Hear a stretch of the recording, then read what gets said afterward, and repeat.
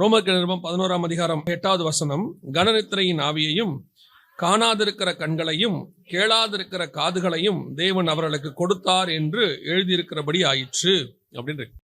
இது யாரை பத்தி சொல்லப்பட்டிருக்கு, என்ன அடிப்படை, இந்த வசனம் யாருக்கு எப்படி எழுதப்பட்டது அப்படின்னா, இது ரோமர்கள் நிருபம். ஆனால் யாரை குறித்து எழுதுகிறார் என்றால், பவுல் இஸ்ரவேலர்களை குறித்து எழுதுகிறார். இஸ்ரவேலர்களுக்கு ஆண்டவர் பல வருஷமாக, அதுக்கு முன்னாடி இது எழுதுறதுக்கு முன்னாடி ஏறக்குறைய 2000 வருஷம், யாக்கோபிலிருந்து, யாக்கோபு தான் இஸ்ரவேல், அவனிலிருந்து இந்த வசனம் வருகிற வரைக்கும் ஏறக்குறைய 2000 வருஷம் கர்த்தர் அவர்களோடு கூட பேசிக்கொண்டே இருந்தார். நியாயப்பிரமாணத்தை வைத்து அநேக காரியங்களை பேசுகிறார். அப்படி அவர்கள் அந்த வசனத்தை கேட்டும் அவர்கள் அதுக்கு எப்படி ரியாக்ட் பண்ணாங்க அப்படின்னு சொல்லி பார்த்தா, அவர்கள் அதற்கு காணாதிருக்கிற கண்கள் அப்படின்னு இருக்கு. அந்த வசனத்தை பார்த்தீங்கன்னா, காணாதிருக்கிற கண்களையும் கேளாதிருக்கிற காதுகளையும் அவர்களுக்கு கொடுத்தார். இதன் அடிப்படையில் தான் நாம் இப்பொழுது பார்க்க போகிறோம். இந்த காணாதிருக்கிற கண்கள்னா என்ன, கர்த்தரே கொடுத்தார் அப்படின்னு இருக்கிறது. அதுக்கு அதோடைய விளக்கத்தை நம்ம கடைசியா பார்ப்போம். காணாதிருக்கிற கண்கள் அப்படின்னா என்ன அர்த்தம் அப்படின்னு கேட்டீங்கன்னா, நாம பொதுவாக ஒரு வசனத்தை வாசிப்போம் இல்லையா, குருடர்கள் பார்வை அடைகிறார்கள், செவிடர்கள் கேட்கிறார்கள், முடவர்கள் நடக்கிறார்கள், தரித்திரருக்கு சுவிசேஷம் பிரசங்கிக்கப்படுகிறது, மரித்தோர் உயிர்ப்பிக்கப்படுகிறார்கள், இப்படி வாசிக்கிறோம்ல. அப்போ 2 வகையான இந்த காணாதிருக்கிற கண்கள் இருக்கு. ஒன்று இயற்கையிலே பிறவியிலேயே மாம்சத்தின்படி பார்க்காதிருக்கிற கண்கள், அதை நம்ம சொல்லுவோம் பார்வையற்றோர் அப்படின்னு நம்ம சொல்றோம் இல்லையா. இது ஒரு வகையான பார்வையற்றுதல் மாம்சத்தின்படி. இந்த பார்வையற்றுதல் என்பது ஒரு சாதாரணமான விஷயம்தான். ஆனால் உலக பிரகாரமா மெடிக்கலி பெருசுதான். ஆனால் ஸ்பிரிச்சுவலி பார்த்தீங்கன்னா கர்த்தருக்கு சுகமாக்குவது ரொம்ப எளிதான ஒரு காரியம். ஆண்டவர் நினைச்சாருன்னா ஒரு நிமிஷத்துல என்ன பண்ணிடுவாரு, அவங்களுக்கு சுகமாக்கி கொடுத்துருவாரு. அது நிறைய நம்ம வேதத்துல வாசிக்கிறோம். இப்பவும் அந்த அற்புத அடையாளங்கள் எல்லாம் நடக்கிறதுன்னு வச்சுக்கோங்களேன். அதை தாண்டி ஸ்பிரிச்சுவலி தான் நாம் இதை பார்க்க வேண்டும். ஏன்னா இங்க அவர் எழுதும்போது பவுல் அதை குறித்து தான் எழுதுகிறார், ஆவிக்குரிய விதத்தில் எழுதுகிறார், காணாதிருக்கிற கண்கள் அப்படின்னு சொல்லி. அப்ப இந்த வசனத்தை வாசிக்கும் பொழுது ஒரு சில காரியங்களை கர்த்தர் உணர்த்தினார், இதுல இருக்கக்கூடிய காரியங்களை உணர்த்தினார். இந்த காணாதிருக்கிற கண்கள்னா என்ன, பார்வையற்றோரா அல்லது அவங்களுக்கு தெரியாதா, பார்க்க முடியாதா அப்படின்னு சொன்னா, முதலாவதாக சில காரியங்களை நாம் பார்க்க போகிறோம். அதுல இருந்து ஒவ்வொன்றா பார்த்துக்கிட்டே வரலாம். அந்த காணாதிருக்கிற கண்கள் அப்படின்னு சொல்லி ஆதியாகமத்தின் புஸ்தகம் 3ஆம் அதிகாரம் 7வது வசனத்தை வாசிக்கும். அப்பொழுது அவர்கள் இருவருடைய கண்களும் திறக்கப்பட்டது. அப்ப இதுவரைக்கும் அவங்க கண்கள் மூடி இருந்துச்சா? அதுக்கு முந்தின வசனம் வாசிங்க பார்ப்போம். அப்பொழுது ஸ்திரீயானவள் அந்த விருட்சம் புசிப்புக்கு நல்லதும் பார்வைக்கு இன்பமும் புத்தியை தெளிவிக்கிறதற்கு இச்சிக்கப்படத்தக்க விருட்சமுமாயிருக்கிறது என்று கண்டு அதன் கனியை பறித்து புசித்து தன் புருஷனுக்கும் கொடுத்தாள். ஆனா அடுத்த வசனம் சொல்லுது, அப்பொழுது அவருடைய கண்கள், இருவருடைய கண்களும் திறக்கப்பட்டது. அப்படி கண்கள் திறக்கப்பட்டதுன்னா என்ன? அப்ப அது வரைக்கும் அவங்க கண்கள் மூடி இருந்துச்சா அப்படின்னு கேட்டா இல்ல. நமக்கு எப்பவுமே இந்த வசனத்தை வச்சு நீங்க ஒரு விஷயத்தை நல்லா புரிஞ்சுக்கணும். 2 விதமான கண்கள் இருக்கிறது நமக்கு. ஒன்று ஆவிக்குரிய கண்கள் இருக்கிறது, இன்னொன்று மாம்ச கண்கள் இருக்கிறது. இந்த ஆவிக்குரிய கண்ணுக்கும் மாம்ச கண்ணுக்கும் என்ன வித்தியாசம் அப்படின்னு கேட்டீங்கன்னா, இப்போ அதுக்கு முன்னாடி மாம்ச கண்ணு மூடி இருந்துச்சு, ஆதாமுடைய ஆவிக்குரிய கண்ணு திறந்துருந்துச்சு. அப்படியானா அப்படியும் இல்லை, அந்த அர்த்தம் இல்லை. உங்களுடைய ஆத்மாவுக்குள்ள, உங்களுக்குள்ள ஆண்டவர் ஆவியானவர் உங்களுக்குள்ள ஒரு தாட் வச்சிருக்கிறான்னு வச்சுக்கோங்களேன். அந்த தாட்டுக்கு ஒத்த உங்க பார்வையும் இருக்கணும். வெளியே பார்க்கிற பார்வையும் உங்களுக்குள்ள இருக்கிற ஆவியானவருடைய பார்வையும் ஒரே பார்வையா இருந்தாதான் அது கரெக்டான பார்வை. நான் சொல்றது உங்களுக்கு புரியுதா? உங்க ஆவிக்குரிய பார்வையும் உங்க மாம்ச பார்வையும் வெவ்வேறாக இருந்துச்சுன்னா ஏதாவது ஒண்ணுதான் பார்க்கும், இன்னொன்னு குருடாயிடும். நான் சொல்றது உங்களுக்கு புரியுதா? ஒண்ணு ஆவிக்குரிய பார்வை, இல்லைன்னா மாம்ச பார்வை. 2 ஒண்ணா இருக்காது ஒரு இடத்துல, 2 ஒண்ணா இருக்கவும் முடியாது. 2 ஒன்றா இருக்க ஆரம்பிச்சிச்சுன்னா என்ன ஆகும்னு கேட்டீங்கன்னா, எப்படி பழைய துருத்தியும் புது ரசமும் கலக்குதோ, எப்படி கோடி துணியோட இன்னொரு துணியை, பழைய துணியோட புது துணியை சேர்க்கக்கூடாதோ, எப்படி பழைய பிரமாணத்தோட புதிய பிரமாணத்தை சேர்க்கக்கூடாதோ, அந்த மாதிரி மாம்சத்தோட ஆவியை சேர்த்ததுக்கு இது என்னவாயிடும், ஈக்குவலாக மாறிடும். உங்க ஆவிக்குரிய பார்வை, இப்ப இந்த வசனத்தை எடுத்துக்கோங்க, அதுக்கான விளக்கத்தை நான் உங்களுக்கு சொல்றேன். அது என்னங்க அப்படின்னு சொல்லி நான் உங்களுக்கு சொல்றேன். வாசிங்க 2ஆம் அதிகாரம் 23ஆம் வசனம், ஆதியாகமம் 2:23 வாசிங்க. அப்பொழுது ஆதாம், இவள் என் எலும்பில் எலும்பும் என் மாம்சத்தில் மாம்சமுமாயிருக்கிறாள், இவள் மனுஷனில் எடுக்கப்பட்டபடியினால் மனுஷி எண்ணப்படுவாள் என்றான். இப்போ ஆதாம் என்ன பண்றாரு, ஏவாளை பார்க்கிறார். பார்த்த உடனே கர்த்தர் கொண்டு தான் நிறுத்துறாரு. நிறுத்தின உடனே ஏவாளை பார்க்கிறார். பார்த்த உடனே வசனம் சொல்லுது, அவர் சொல்றாரு ஏவாளை பார்த்துட்டு, இவள் என் எலும்பில் எலும்பும் என் மாம்சத்தில் மாம்சமா இருக்கிறாள் என்று சொல்லி அவளுக்கு மனுஷி எனப்படுவாள். இன்னொரு வசனத்தை வாசிங்க, 3ஆம் அதிகாரம் 20வது வசனம் வாசிங்க. ஆதாம் தன் மனைவிக்கு ஏவாள் என்று பெயரிட்டான். ஏனெனில் அவள் ஜீவனுள்ளோருக்கெல்லாம் தாயானவள். ஜீவனுள்ளோருக்கெல்லாம் தாயானவள். இந்த வசனத்தை இப்ப நம்ம இந்த பாயிண்ட்டை நீங்க ஸ்பிரிச்சுவலா உட்காந்து பார்க்கணும். இப்ப அது உங்களுக்கு ஆவியானவர் தான் புரிய வைக்கணும். கவனிங்க, இப்போ பழம் சாப்பிட்றதுக்கு முன்னாடி ஆதாம் ஏவாளை பார்க்கும் பொழுது என் எலும்பிலிருந்து எலும்பும் என் மாம்சத்திலிருந்து மாம்சமும் என்று சொல்றான். இதான் அவருக்கு இருக்கக்கூடியதான விஷன், அவர் பார்க்கக்கூடியது. ஆனால் அதே மனுஷியை பழம் சாப்பிட்ட பிறகு பார்க்கும் பொழுது அவன் சொல்லக்கூடியது, இவள் ஜீவனுள்ளவருக்கெல்லாம் தாயானவள். இப்ப நல்லா கவனிச்சிங்கன்னா அவளுக்கு ஏவாள் என்று பெயரிட்டான். இப்ப நல்லா கவனிச்சிங்கன்னா ஆதாம் சொன்னது ப்ராஃபசி, பழம் சாப்பிட்ட பிறகு. நல்லா கவனிங்க, பழம் சாப்பிட்ட பிறகு ஆதாம் சொன்னது தீர்க்க தரிசனம். என்ன சொல்றாரு அந்த வசனம்? திருப்பி வாசிங்க, 3:20 வாசிங்க. ஆதாம் தன் மனைவிக்கு ஏவாள் என்று பெயரிட்டான், ஏனெனில் அவள் ஜீவனுள்ளோருக்கெல்லாம் தாயானவள். இன்னும் அவ தாயே ஆகல, இன்னும் என்ன செய்யல, குழந்தை பிறக்கல, எதுவுமே செய்யல. பூமியில பிறக்க போற எல்லா குழந்தைகளுக்கும் இவன் என்னவா இருக்க போறா? இது ஒரு ப்ராஃபசி, இது ஒரு தீர்க்க தரிசனம். இந்த தீர்க்க தரிசனம் எப்போ ஆதாமுக்கு வருது? பழம் சாப்பிட்ட பிறகு வருது. நல்லா கவனிச்சுக்கொள்ளுங்க. அப்போ பழம் சாப்பிட்ட பிறகு மாம்சத்திலிருந்து தீர்க்க தரிசனம் உரைக்க முடியுமா முடியாதா? இந்த வசனத்தின்படி அவர் என்ன சொல்றாரு? இவள் ஜீவனோருக்கெல்லாம் தாயானவள். எல்லா பிறக்க போற எல்லா குழந்தைக்கும் இந்த அம்மா தான் என்ன பிறக்க போகுது? இப்ப இன்னும் ஒரு குழந்தை கூட பிறக்கல. குழந்தை பிறக்கிறதுனா என்ன, அந்த சந்ததி எப்படி இருக்கும், எதுவும் இவருக்கு தெரியாது. குழந்தை ஒன்று பிறந்திருந்தாதான் அதுக்கப்புறம் நம்ம குழந்தைங்கிற ஞானமே வரும் இல்லையா? இப்போ ஆடு குட்டி போறது இருக்கு, ஞான குட்டி எல்லாம் இருக்கு. ஆனா ஒரு பெண் குழந்தை பெற்றெடுக்கிறது எப்படிங்கிறது ஆதாமுக்கு தெரியவே தெரியாது. ஏவாளுக்கும் தெரியாது. எப்படி பிறக்க போது, என்ன செய்ய போது. அதனாலதான் ஏவாள் ஒரு அழகான வார்த்தை சொல்லுவாங்க பாருங்க. 4ஆம் அதிகாரம் 1ஆம் வசனம் வாசிங்க. ஆதியாகமம். ஆதாம் தன் மனைவியாகிய ஏவாளை அறிந்தான், அவள் கர்ப்பவதியாகி காயீனை பெற்று கர்த்தரால் ஒரு மனுஷனை பெற்றேன் என்றாள். கர்த்தரால் ஒரு மனுஷனை பெற்றேன், அதுக்கு அர்த்தம் என்ன தெரியுமா? உலக பிரகாரமா ஆவிக்குரிய வச்சு நீங்க யோசிச்சு பாருங்க. ஏவாளுக்கு பிரசவம் பார்க்க ஆள் கிடையாது. ஏவாளுக்கு பிரசவம் பார்க்க ஆளே கிடையாது. அந்த அம்மாவுக்கு கர்ப்பம்னா என்னன்னு வேற தெரியாது. இப்ப ஏன்னா இதுக்கு முன்னாடி அவங்க கர்ப்பம் அடையல, ஃபர்ஸ்ட் கர்ப்பம்.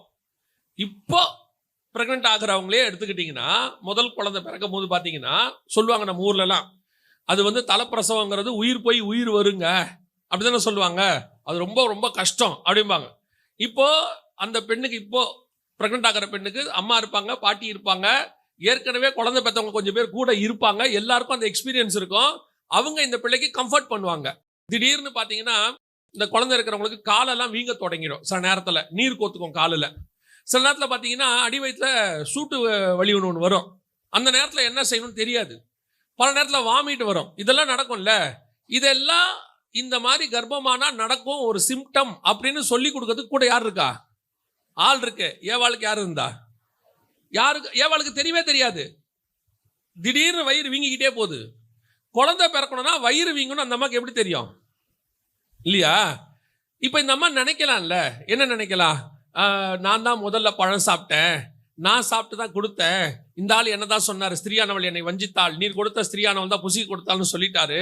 ஒருவேளை முதல்ல எனக்கு சாவு வருதோ? ஏன்னா சாவுனா என்னன்னு அவங்களுக்கு தெரியாது. மரணத்தை இது வரைக்கும் அவங்க என்ன செஞ்சது இல்ல, பார்த்ததே கிடையாது. அப்போ ஒருவேளை ஏவாள் நினைக்கலாம்ல, ஒருவேளை இதான் மரணமோ, இப்படித்தான் நம்ம சாக போறோமோ. வயிறு வீங்கிக்கிட்டே போகுது. நீங்க யோசிச்சு பாருங்க. கொஞ்சம் கண்ணை வீங்கினா நமக்கு பயம் வந்துடுது, கொஞ்சம் கை வீங்கினா பயம் வந்துடுது. என்னன்னே தெரியலடா, உடம்பு வீங்கிக்கிட்டே போகுதுங்கிறோம். அப்ப அந்த அம்மாவுக்கு வயிறு மட்டும் பெருசாகிட்டே போகுது. அந்த அம்மா என்ன நினைக்கும்? ஆதாமுக்கும் இது என்னன்னு தெரியாது. ஆதாம் டாக்டர் கிடையாது. ஆதாம் தோட்டக்காரரு. அவர் ஒரு கார்டனர், தோட்டத்தை பாதுகாக்கிற ஒரு விவசாயி. அவ்வளவுதான். அவருக்கு என்ன கிடையாது?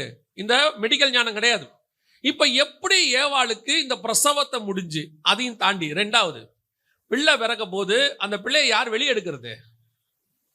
புரியுதா? ஏவாளுடைய வயிற்றுல பிள்ளை வெளியே எடுக்கணும்ல யாராவது ஒருத்தர். சுகப்பிரசவமா இருந்தாலும் எடுக்கணும்ல வெளியே. தொப்புள் கொடி யாரும் அறுத்திருப்பா? இவ்வளவும் பண்ணது கர்த்தர். இவ்வளவும் பண்ணது கர்த்தர். அதனாலதான் அந்த அம்மா சொல்லுது, கர்த்தரால் ஒரு குமாரனை நான் பெற்றேன்.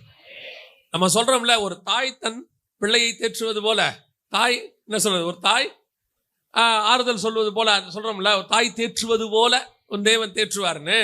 இத முழுசா உணர்ந்த ஒரு ஆள் உலகத்துல யாருன்னா ஏவாள் மட்டும்தான். ஏன்னா ஒரு தாய் கூட இருந்து பிரசவம் பார்க்கிற மாதிரி ஏவாளுக்கு பிரசவம் பார்த்தது ஆண்டவர் தான், வேற யாராலையும் முடியாது, தெரியாது, ஆதாமுக்கு தெரியாது. அப்படி இருக்கும் பொழுது இந்த இந்த இந்த பிள்ளை பிறந்து இவ எல்லாருக்கும் தாயாக போறா அப்படிங்கிறது யாருக்குமே தெரியாது.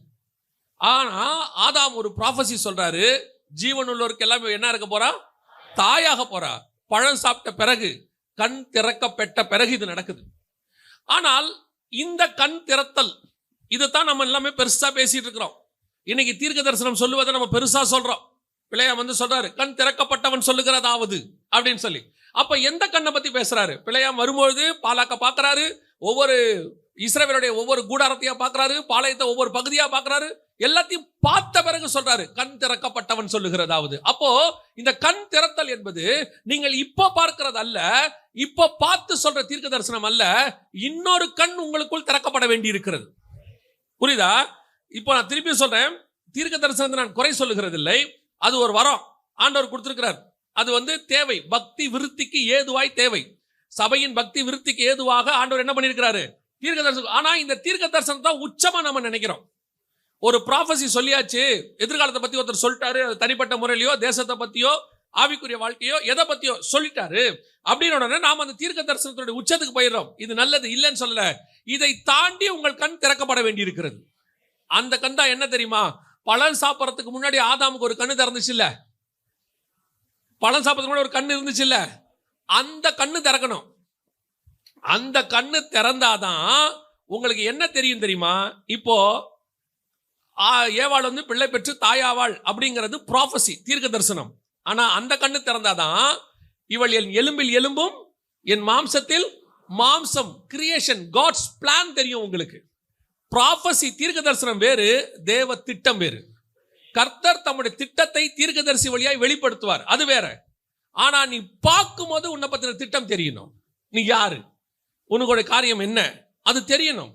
இந்த ஆவிக்குரிய கண்ணு திறக்கிறத பத்தி தான் இங்க ஆண்டவர் பேசுறாரு. இஸ்ரவேல் ஜனங்கள் கிட்ட வேதம் இருந்துச்சாம், ஆசாரிப்பு முறைமை இருந்துச்சாம், அவங்க கிட்ட எல்லாமே இருந்தது.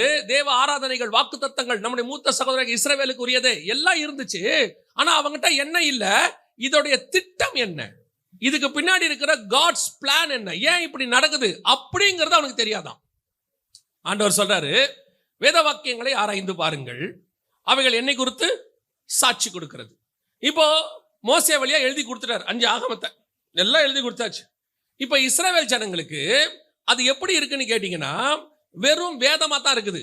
நல்ல வேதத்தை வாசிக்கிறான், அந்த வேதத்துக்கு நடக்கணுன்ற வைராக்கியம் இருக்கு, அதுக்காக உயிரை கொடுக்குற அளவுக்கு அவன் ரெடியா இருக்கிறான். இன்னும் சொல்ல போனா தேவாலயத்துக்காக, ஆசாரிப்பு கூடத்துக்காக வைராக்கியம் பாராட்டுறான், எல்லாம் இருக்கு. ட்ரெடிஷ்னல் ஜூஸ், அதே மாதிரிதான் இன்னைக்கு ட்ரெடிஷ்னல் கிறிஸ்டியன்ஸ். ஆனால் இதை தாண்டி அந்த வேத வாக்கியத்துக்குள்ள ஒண்ணு இருந்துச்சு, இயேசுவை பற்றின வெளிப்பாடு, அது அவனுக்கு இல்லை. அது இல்லாததுனால என்ன ஆச்சு? இப்போ தீர்க்க தரிசனம்லாம் தெரியுது அவனுக்கு, எல்லாம் தெரியுது. எங்க மேசியா வருவாரு, மேசியாக காத்திருக்கிறோம், எல்லாம் தெரியுது. இந்த மேசியா யாருடா உங்களுக்கு? இந்த இயேசு கிறிஸ்து யாரு அவர் உங்களுக்கு தெரியலையே.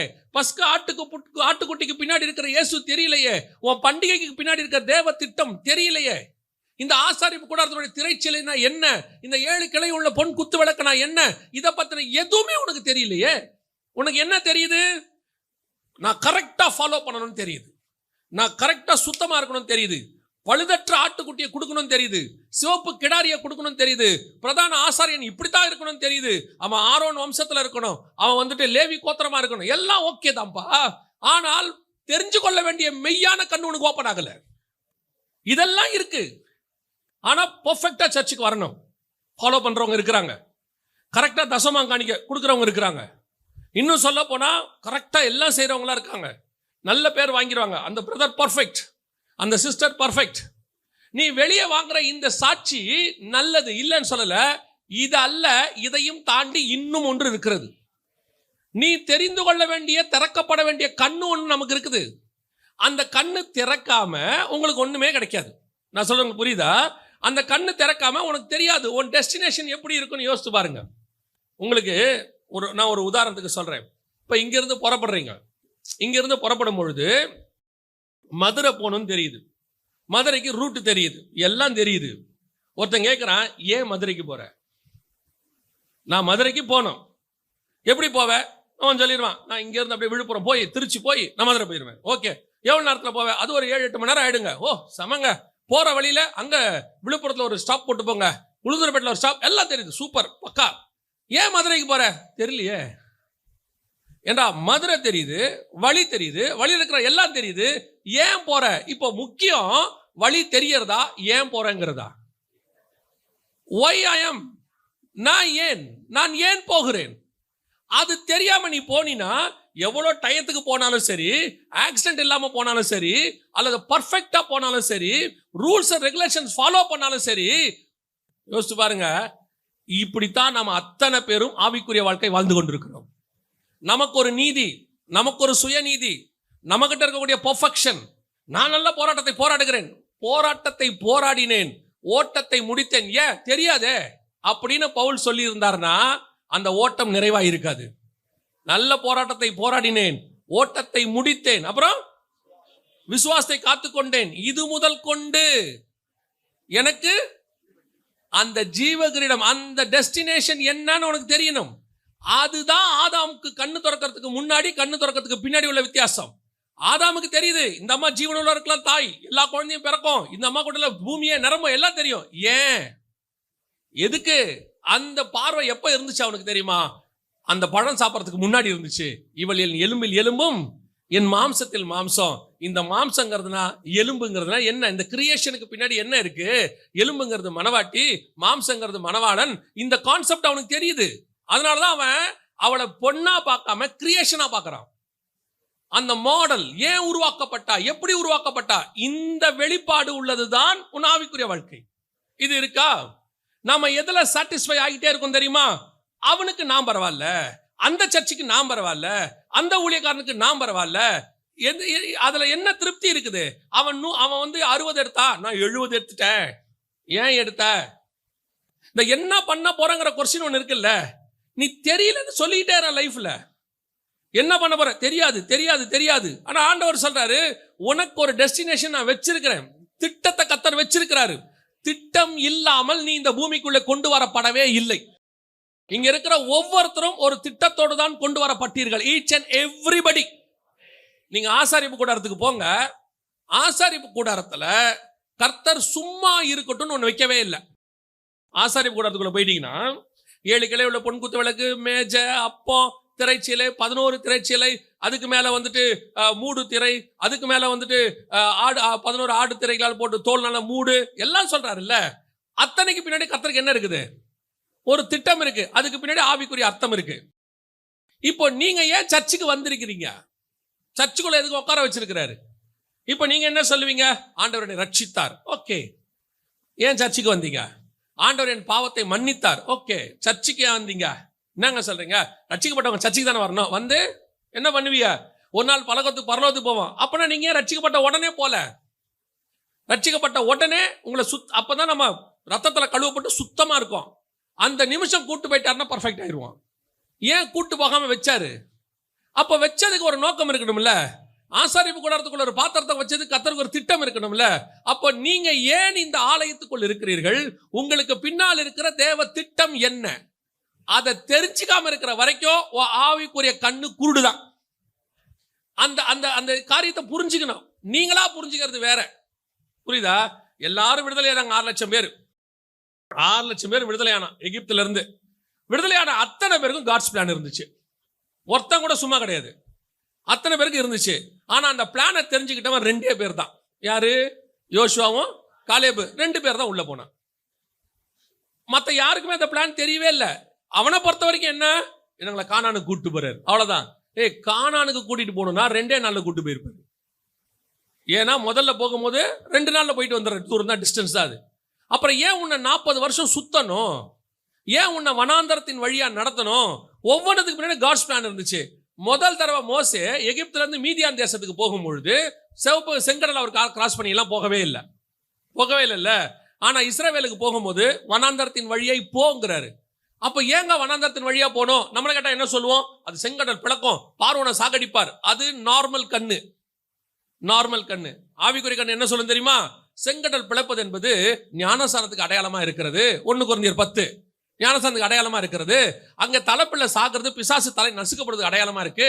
அங்க ஆட்டுக்குட்டி ரத்தம் பூசப்படுவது இயேசு கிறிஸ்துவின் மரணத்துக்கு அடையாளமா இருக்கிறது. நான் அதுக்கு பின்னாடி வரும்போது ஆண்டவர் எனக்கு வழி திறந்து இந்த இடத்துல இருந்து, பூமியில இருந்து என்னை விடுதலையாக்கி கானானுக்குள்ளே கொண்டு போக போறாரு. என் பிரயாணம் ஸ்டார்ட் ஆகுது. அதுக்கு பேர் தான் யாத்ராகமம். இதான் ஆவிக்குரிய கண்ணு. இந்த கண்ணு திறந்தாதான் இந்த பரம கானானுக்கு நான் போவேங்கிற வெளிப்பாடு உனக்கு வரும். இல்லைன்னா ஆண்டவர் ரட்சித்தாரு, பூமியில ஆசீர்வாதமா இருக்கணும், ஆண்டவர் என்ன பூமிக்குள்ள என்ன பணக்காரனா வைப்பாரு, இல்ல படிச்சால வைப்பாரு, புகழா வைப்பாரு, என்னை கொண்டு கத்தர் அப்படி செய்வார் இப்படி செய்வார், ஆண்டவர் சொல்வார். இதுவா டெஸ்டினேஷன்? இதுவா? இது ஜீவனுள்ளவருக்கெல்லாம் தாய் ப்ராஃபஸி. உன்னை கொண்டு பூமியில அது செய்வேன் இது செய்வேன், இது prophecy. But you must know about your plan. கர்த்தர் உன் மேல என்ன வச்சாருங்கிறது என்ன செய்யணும்? தெரியணும். தெரியாத வரை நீ ஆவிக்குரிய கண்ணு குருடுதான்.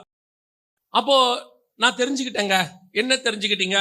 கர்த்தர் எனக்கு ஒரு ஊழியக்காரனை வச்சிருக்கிறாரு. என்னை சுவிசேஷகர், நான் போதகர், நான் அப்போஸ்தலர், இதுதான் எங்களுடைய இது அப்படின்னா, இதுவும் சொல்ற, இதுவும் ஆதாம் பழம் சாப்பிட்ட பிறகு திறந்த கண்ணு. ஏன்னா ப்ராஃபஸி தானே இது.